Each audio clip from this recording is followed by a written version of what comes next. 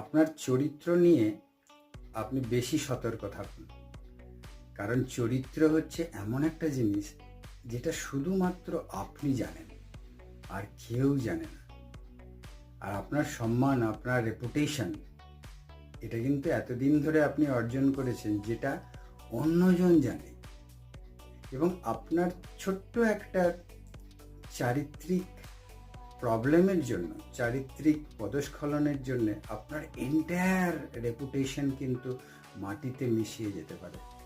ফলে সতর্ক থাকুন, বিশেষ করে এই বয়সে, অবশ্যই সব বয়সে, বাট মিড লাইফ, মধ্য বয়সে এটা কিন্তু বারবার নিজেকে স্মরণ রাখতে হবে। ক্যারেক্টার যেটা, সেটা আপনি জানেন। অনেক কিছু আছে যেটা শুধু আপনি জানেন। সুতরাং এই দিকে ধ্যান দিন। আমি সুব্রত আপনাদের সঙ্গে সবসময় মিড লাইফ